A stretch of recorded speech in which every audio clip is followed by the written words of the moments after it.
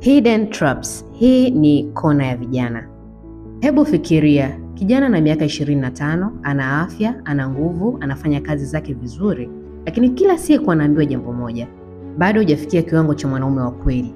Na polepole anaanza kuamini kuna kitu hakiko sawa ndani yake. Lakini swali ni hili, je, kweli ana tatizo? Au kuna mtu amefanya aamini kwamba ana tatizo ili amuuzie bidhaa? Musa hakuwahi kufikiria kuhusu nguvu za kiume mpaka siku moja alipoanza kuona matangazo kila mahali, kwenye simu, kwenye Facebook, kwenye WhatsApp, kwenye video, lakini tangazo lilikuwa na ujumbe unaofanana: mwanaume wa kweli lazima awe hivi, ukimeza hii maisha yako yatabadilika. Kadiri alivyoona zaidi, ndivyo alivyoanza kujiuliza zaidi, labda mimi sina uwezo wa kutosha. Na hapa ndipo safari ya hofu ilipoanza. Akanunua bidhaa kwanza, hakupata tofauti kubwa. Akanunua nyingine, kisha nyingine na nyingine tena, lakini kila alipoangalia tangazo jipya alihisi bado hajafika. Na huu ndio mchezo ambao vijana wengi hawauelewi. Biashara nyingi haziuzwi bidhaa kwanza, huuza hofu kwanza. Wanakufanya ujisikie una tatizo, halafu wanakuuzia suluhisho. Kwanza wanakufanya ujione hupungukiwi kitu, halafu wanakuuzia matumaini.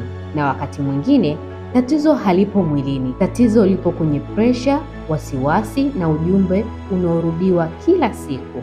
Ukweli ambao hauuzwi sana ni huu: kwa vijana wengi wenye afya nzuri, usingizi wa kutosha, lishe bora, mazoezi ya mara kwa mara, kupunguza msongo wa mawazo na kujiamini vina mchango mkubwa sana kwenye afya ya mwili kuliko bidhaa nyingi zinazouzwa kwa ahadi za haraka. Na mbaya zaidi, baadhi ya bidhaa zisizojulikana zinaweza kuwa na madhara ambayo hayasemwi kwenye matangazo.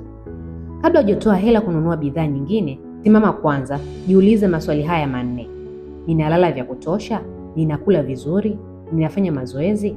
Nina tatizo la kweli au ninaishi kwenye hofu niliyouziwa?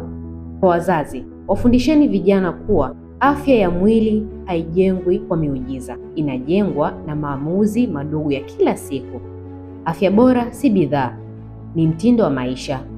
Usikubali mtu akutengenezee tatizo ambalo hukuwa nalo ili akuuzie suluhisho ambalo hukuhitaji, kwa sababu mara nyingi miujiza ya matangazo huleta faida kwa wauzaji, lakini gharama hulipwa na watumiaji. Fikiria kabla ya kuamini, chunguza kabla ya kununua, na linda afya yako kabla ya kutafuta approve ya watu.